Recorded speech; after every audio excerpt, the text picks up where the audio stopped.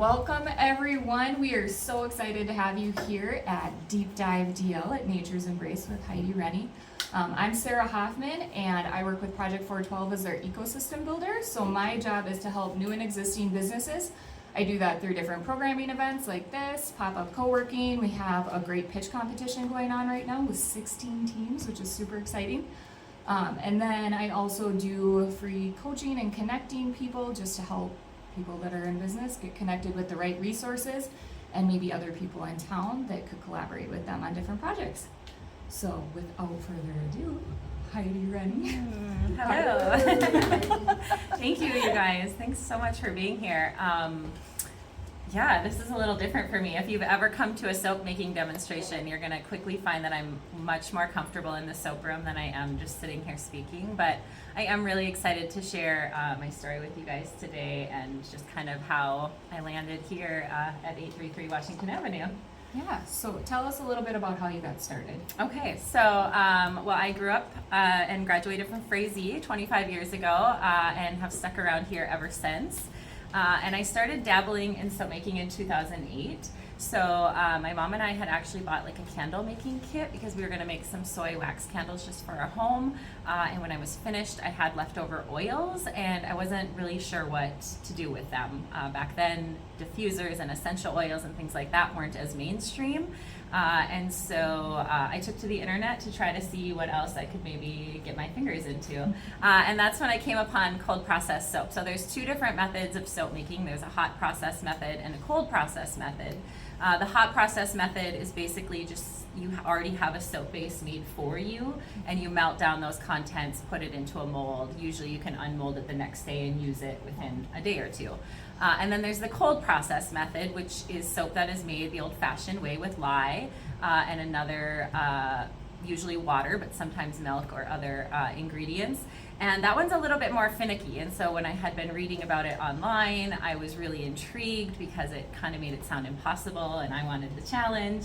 And so that's how I got started. I remember lining a Tupperware dish that I had in my kitchen with some wax paper and pouring that first batch of soap. And then you have to wait, like it's not just instant. I had to wait 24 hours or so to see if it was going to set up, of course.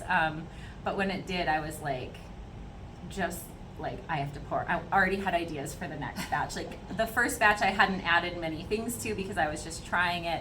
But then of course after that I had already kind of the artistic spark already started. Like I want to chop this one up and put it into the next one or do things like that. Yeah, so from there it kind of just started to roll. I started to make so much soap that we had more than we could use in our home. And so I decided at that time to launch Nature's Embrace. It was just called Nature's Embrace in the beginning. And I sold my soaps. I also made lip balms and lotion bars and salves and cuticle balms and other products as well. And I would take those to like Shady Hollow Flea Market and the street fair here in Detroit Lakes. And then I also had some local places that sold my soaps in their store as well. Good morning. Come on. Are you here for the presentation? Yeah, I was just hoping to sneak in them. Oh. Well, welcome. If you need more coffee, you can gladly grab some. Brandon, would you lock that door for me? Sure. Yeah, and we'll just watch for anyone else and let them in. So yeah, that's how I kind of got rolling with that. So in 2008, 2009, 2010, I was doing daycare at the time, but just bopping around the community selling my soaps. Beth Priday at the time had Bliss in the mall, if any of you remember that. So she was selling my soaps in the mall back in at that time. Maple Log was carrying my soaps in their guest room, so we have guest size soaps and they were selling them. And yeah, it was kind of a dabble in entrepreneurship when I look back at it now.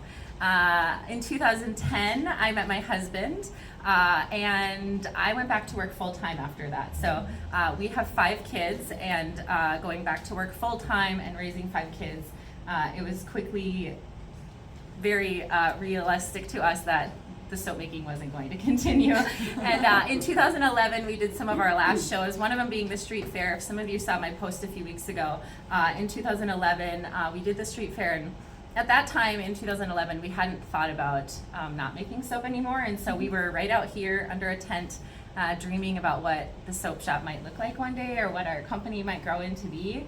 But by the end of 2011, we decided that it just wasn't feasible for us to hang on to that dream, and so we just stopped making soap. And it really wasn't that like this life-changing thing. I honestly didn't feel like soap was a career at the time. And so, yeah, life just marched on. I was working full time, and I realize now all of the things that had to lead up to where I am today. I have banking history from about 20 years ago, and then the decade between 2010 and 2020 was spent at a payroll company here in town. And now all of those things are so very much used in my business. So I'm so thankful, even though they felt like soul-sucking years of my life. I think it's why I appreciate and why what I do now moves me the way that it does. So fast forward to 2010, I hadn't really thought about soap making. The last time I had made soap was in 2013, or rather 2020. We're going ahead. 2020 we're going to get to. I hadn't made soap since 2013, so we had just been using commercial soap at home. But COVID hit, and when COVID hit, a couple of things. I had already been trying to leave my soul-sucking job for quite some time, and so I was just working part-time from home. I had a 15-hour-a-week job that I was working doing some coding for a local company here in town. I had a 3-year-old at home, and so I was just like, I think my goal is just to be a stay-at-home mom until I figure out what's next, you know? And so when COVID hit, I was laid off of that 15-hour-a-week job, right? Which wasn't a huge deal. It was pretty impactful. I think all of us were in a state of probably scared at that time. But for me, there were some benefits to the unemployment, as many of you know. First, for me, was that unemployment is figured on the last 2 years of your income, and I had been working full-time up until like 3 months before COVID. So my unemployment was first pretty much calculated on full-time, so I was already getting a little bit more than I had been working part-time, and then that surplus came in, the extra money each week, and that was such just a shock and a blessing, and it was really important to my husband and I that we did something meaningful with that money. That was something we hadn't ever had in our lives, having 5 kids, and and so we were like, what do we do with this? In the meantime, I was downstairs trying to hide from my husband, who was working at home, and my kids, who were on online school. And I started pouring soap in the basement. And I had actually cleaned off the bar earlier that year because my husband is an artist as well, and he wanted to I offered him that space. I was like, I'm not making soap. I'll clean it off for you, and you can use it for your endeavors.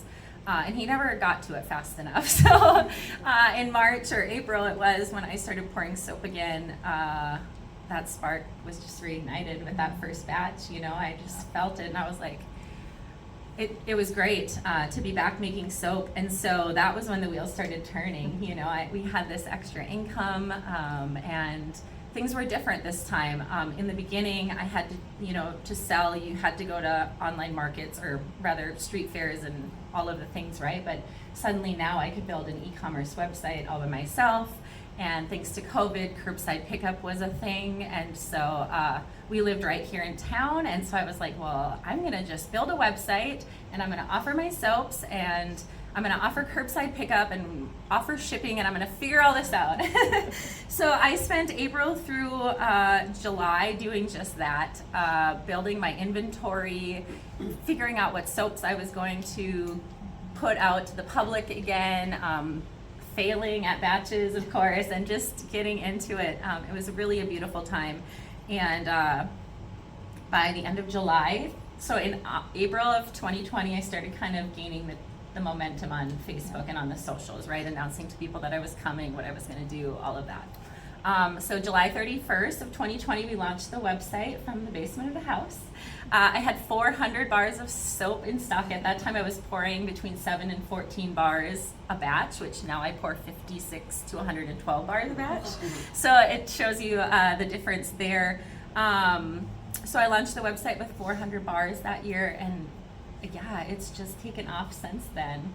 I had beautiful people like Bonnie back in the beginning, she was my neighbor, and she called me up one day and was like, I have all these shipping boxes and I'm not going to use them. And I tell you what, for a starting business, like that was such a blessing to have, can you unlock the door, babe? Thank you. To have those blessings come. So, and not only that, but the community just showed up. My friends, they started sharing it with their friends and the community, and it just kept rolling from there. So, in July of 2021, we celebrated our 1 year birthday.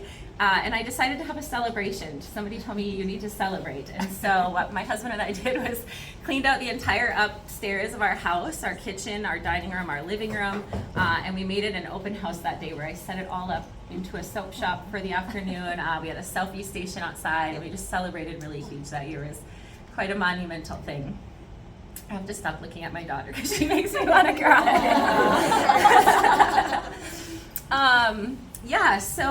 Then in 2021, my husband and I started building a house outside of town. And so we had kind of initially, we did not build the house to make soap in it, but my thought was, oh, I can make this work. Like I've made lots of things work, you know?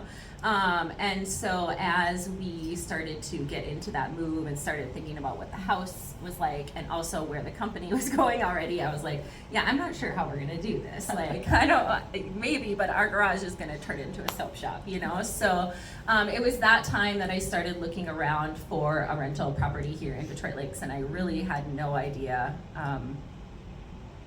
I knew what I was doing, but kind of like, oh, I just feel like this is the next right thing. We're gonna try this, you know. So a few weeks before we were moving, I ended up coming across the location down on Rossman Avenue, and so we moved into that location in November of 2021.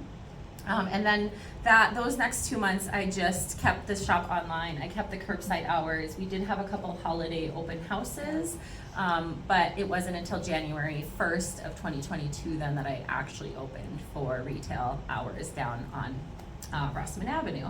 So from there, it's just continued to grow. When I opened the store then, it was a matter of how else am I going to sell this soap? Like I obviously can't just open a shop and sell soap.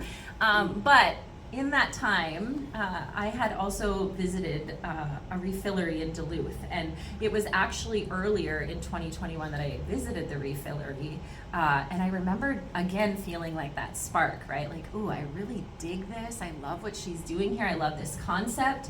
And my girlfriend was with me, and she's like, oh, I think you're supposed to sell your soap here. Like, you should ask her if she wants to sell your soap. And I was like, I don't really feel like she had a soap maker already there, and her vibe just was a little bit different than mine. And I was like, I don't know, whatever.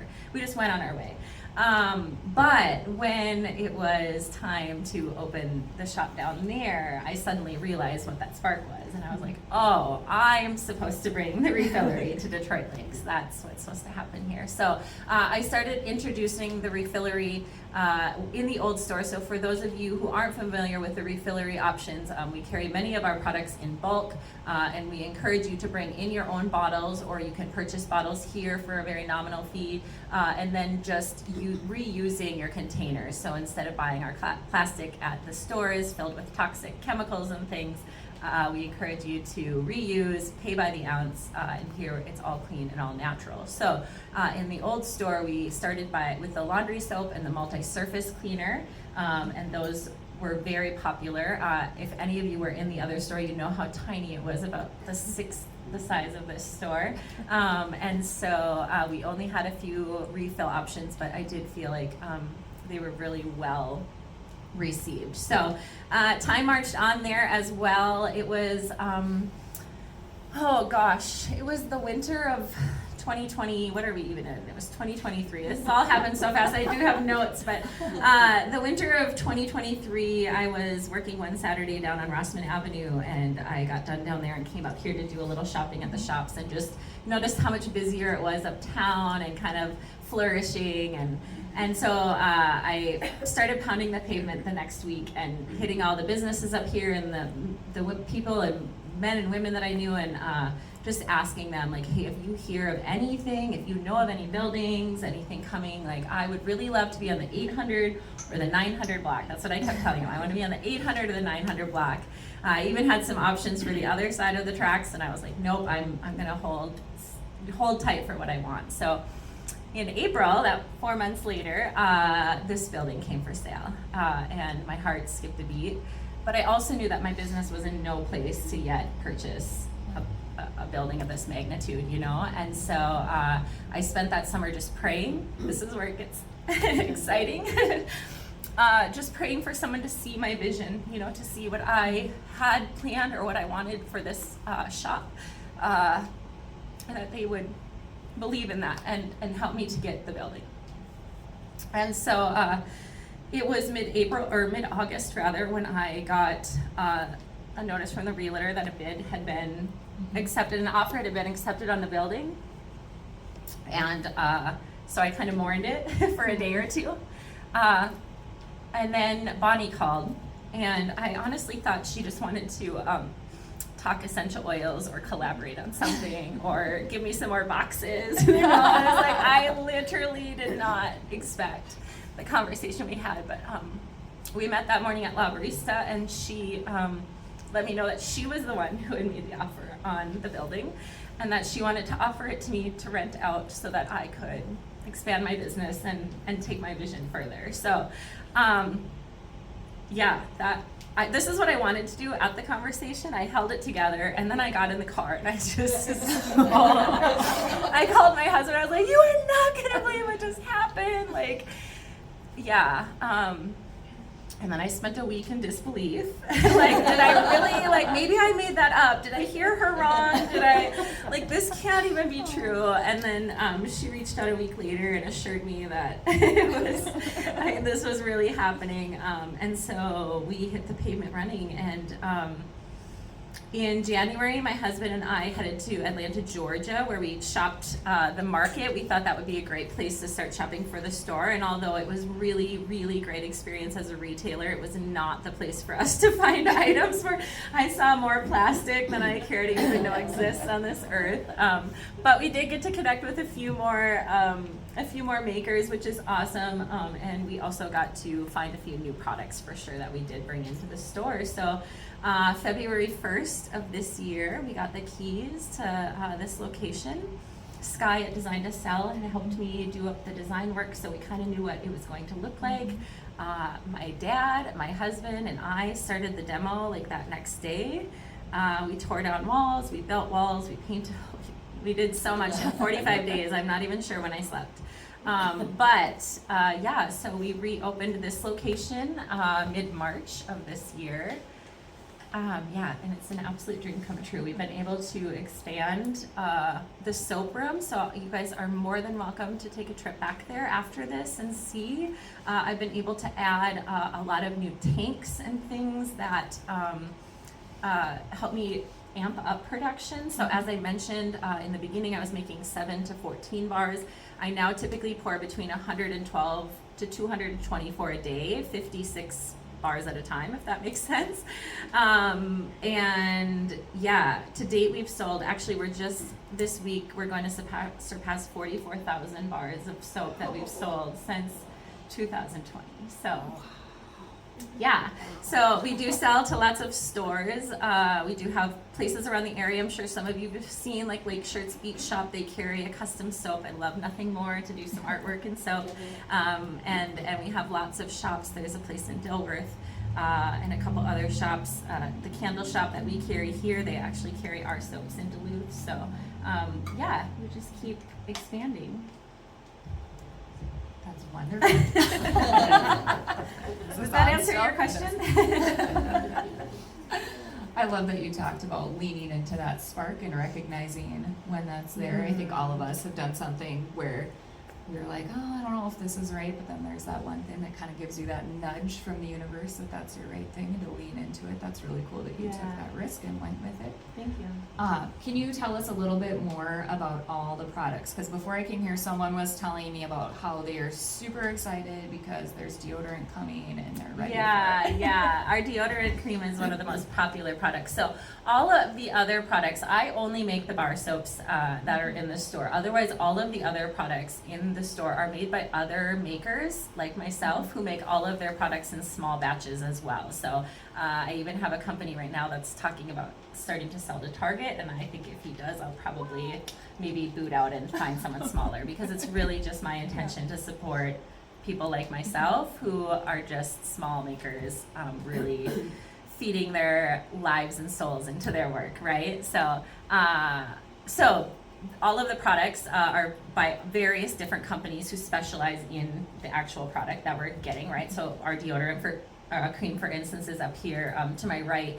And you can see on the right side of that shelf, it comes in boxes, and inside that box is a little glass jar. It's a deodorant cream, aluminum and baking soda free. So if you don't know anything about that, aluminum is usually used as an antiperspirant, but has also been linked to various health risks.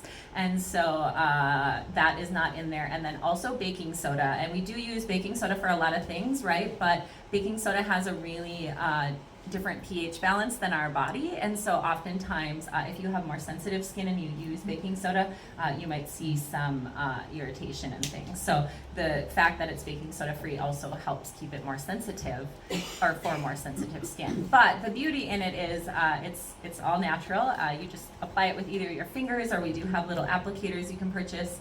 And then once the jar is empty, we just ask that you clean it out and bring it back, and then you can fill it for a more cost-effective price. So it's kind of the same with the other things. We have things like dish soap, hand soap, dishwasher detergent. We have a couple different styles of laundry soaps. We have laundry sheets, we have liquid, and we have the nuggets. We have lotions, we have shampoo bars and conditioners. So bars of shampoo and conditioner, which is beautiful because there's no plastic bottles there.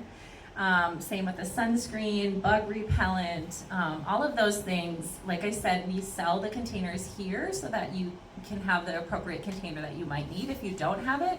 But we always encourage you, if you have something at home, to reuse. That's the name of the game. That's great. Can you tell me what was your biggest learning curve that you had coming into the soap making business? Because I know you had you had a pretty well-rounded background from your soul sucking jobs. Honestly, the confidence to just go for it, just to continue to believe in myself and just do the things, right? There's a lot of times in business where it looks glorious on social media, but in the background there's days where there's 0 sales, or 0 likes, or whatever the things might be, and so not letting those things deter where I was headed, where my vision is set for, Yeah. Does that make sense? It does. Okay. And then I've seen some other presentations because she's really fun to watch. But I wanted to ask you about, I know you do a really cool thing with your scraps for soap. So I wanted to ask you a little bit about that, and then how you get connected to all these different cool products and suppliers. Are and you relating companies. to the Eco Soap Bank? Like that I Yes, said that you were off? talking about. Okay, That's yes. really neat. Yeah, okay. Because sometimes we chop it up too, so that's why I was making sure we clarified. So what she's talking about is I get a lot of soap scrap too. So sometimes I just literally mess up on a batch. I had some a month or two ago that I literally forgot an entire oil that needed to go into it. And when I was pouring it into the molds, the last mold was only half full. I'm like, why is this only half full? And so I just have to scrap that. And so sometimes we'll chop that up into little bits, and you'll be able to get that in the store, which just came back this week. But when it gets to be copious amounts like it was, there's a program called the Eco Soap Bank. And so what I do is I send a monthly donation, but for that they then send me boxes so that I can send them soap. So I send them my soap scrap, and this goes over to third world countries where women are then employed and taught to break down the soap. So cold processed soap can be shredded and rebatched, it's called, and so they're taught to rebatch these scraps and make new soap, and then it's taken out to the children in those countries, and they're taught hygiene and how to use this soap. So a lot of our scrap goes there. Any excess scrap that we have from that program then gets chopped up and put into bits. So the scrap kind of ebbs and flows. Some seasons are more, it obviously depends on production and how my brain's working that day, but we've had a lot of scrap piling up the last 6 or 8 months just because we haven't been actively doing anything with it. So just these last couple months now we've been able to clean it out of the soap room, thankfully. So Great. Yeah. Are you ready to open it up to questions? yeah, absolutely. Okay. Why not? I'm gonna carry this around. Okay. It's on now. All right, anyone? Oh, Anna's got one.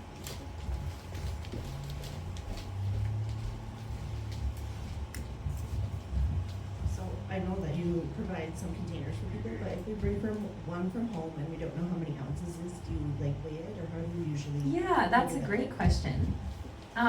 So we have a tear station at the front of the store where we sell all of our jars and things, and there's a scale there with a little bowl full of chips. They're like little smart chips. They actually just look like wooden pieces. And you would bring your jar in with the lid on, set it on that scale, and then you grab one of those chips and scan it on a tablet that's right there at the front of the shop, and that chip then records the tear weight of your jar. So then you would just wrap it around the lid of your jar, go to whatever product you're gonna fill it with in the store, and then you just decide, do I wanna fill this all the way, just a little bit, you know? And I can always help you. I'm pretty good at eyeballing the size of a jar, so that's helpful as well. And then when you're finished, you bring it up here, and we have another scanning system here. We scan that chip again. It takes off the tear weight so that we are left with just the weight of the contents. So it's a pretty slick. In the old shop, we just wrote it on a piece of paper, and I did the math when you came up, and I knew when we moved up here that I needed to streamline that. But I had been introduced to this at a different visit to that refillery in Duluth, and so yeah, it was a great addition for sure. All right, who's next? Tom?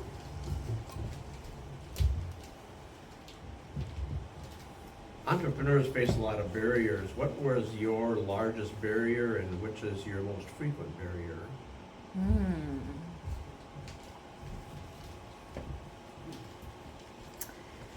I think I would have to say probably employees, getting good employees and people who want to come in and you know, as someone who has, you know, put her heart and soul into this, you want someone who's going to come in and want to sell your products in that same way and take that same care, and my customers are so important to me, and so that's probably been the most difficult, is being patient for that right person and finding that person.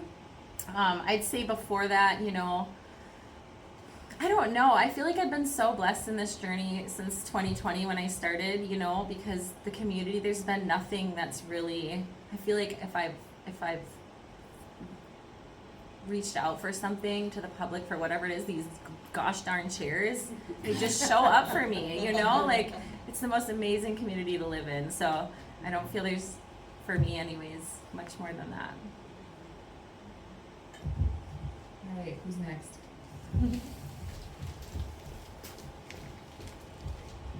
Can you share a little bit about your online presence today and how you're trying to grow your shipping and all of that? Yeah. So I do have a new employee, Maddie. She started last week, and she feels like such a great addition to the shop. She's very eager to learn about all of the products and share them with all of you, and just kind of take over the shop for me, which is what I would really love. I would love to get back in the soap room a little bit more, and I would love to continue to sell more soap. and not necessarily just out of the shop here, but to other shops all around. So that's kind of my goal right now. Social media is a huge part of that. I would be nowhere that I am today without that piece of advertising and connection to the community. And so, yeah, using that. We also really want to start planning some events in here, so doing some fun crafting events. Maybe there's a lady in town who makes some really cool sand necklaces. I'd love to have that one evening and things like that. So just drawing people in, kind of getting into more of their creative side, right? I think we all have a creative side and we don't always dabble in it. And so just trying to, get people in the doors, but also kind of sparking their own creativity as well. Anyone else?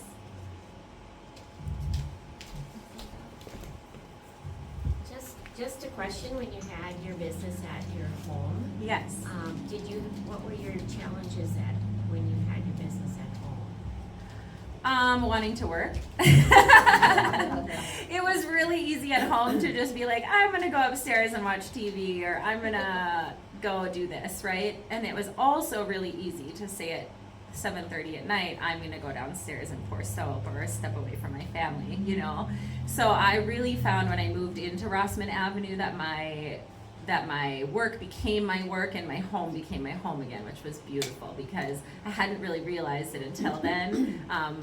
But like I said, it became more focused than when I was there, and then when I got to go home, I just went home. So I think some of us have a little bit of awareness of the issue with plastic, but I think a lot of people don't get the concept of plastic. Can you maybe just talk a little bit more about why we should all strive to stop consuming products that come in plastic? Yeah, there's so many, and I'll just touch on a few, but one of them being the breakdown of plastic. So first, I just encourage you to be on the lookout, like when you're shopping or doing anything. There is so much plastic around us, from spray bottles to the bags that we bring our groceries home in, to even the containers that our strawberries and our raspberries and our blueberries come in. It's just almost sickening. It is sickening to me. And those plastics, many of them don't break down. Like, they don't break down for hundreds of years. And that's like very alarming to me. And I think we all see things, online that show how bad they are for the environment. But not only that, we're learning that a lot of them are bad for our bodies as well, and leaching microplastics and things, through our skin, from our cleaners, our lotions, the things that we're applying, and even some of the foods and things that we're drinking. Plastic water bottles. They might be convenient, but they're not the most healthy to be drinking from. And so, yeah, I think it's just really important that we're a little bit more aware. There's so many more ways to be doing the things that we're doing. I had talked about it with someone, and then Angie, you had visited Italy shortly after, but like just markets where why are vegetables not just sold in big crates where we go in and just pick out however many ounces or pounds we want, and then we step away. Like these strawberries don't have to come the way that they come. So, I just love to encourage people to be more aware of that. I started so slowly 10 years ago, and even now my home isn't completely clean, if I'm being honest, but just doing my best I bought recycled bags, and then I just made it a point that I will always go into the store with them, and if I forget them, I will walk back out and get them. And now it's just a habit. Like, I just know I grab my bags when I go in, So, I think if we can all do little things, and then recycle what we do have to use, we can make a huge impact.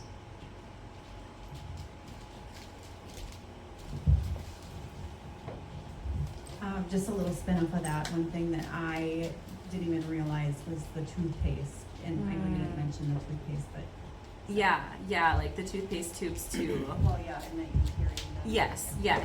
So toothpaste tubes as well are not biodegradable by any means. So we do carry toothpaste tablets, which are toothpaste in a tablet form, and you just pop them in your mouth, you chew them up a little bit to break them down, and then just grab your toothbrush and start brushing around. And they are a great alternative to the tubes as well.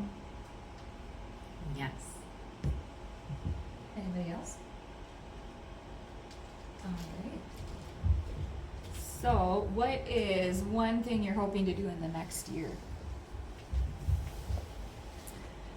Take a vacation. Where are you going? I want to go to Cabo. I do have a trip to Itasca planned in September, if that's exciting. But Not quite Cabo, but you yeah, business-wise, this new employee, like I said, she just started last week, so I feel like she and I are just kind of getting to know each other and rolling forward with what we have now. I like to say we because I love to have a little pal. What we're gonna do next, and like I said, she's gonna be taking a lot of stuff off of my plate here, which only leaves me more room to fly some direction with something else. So we'll see. That's wonderful. And then how can we as a community, in addition to shopping local, how can we support you? Yeah, just keep sharing, keep telling your friends and family if you love the products.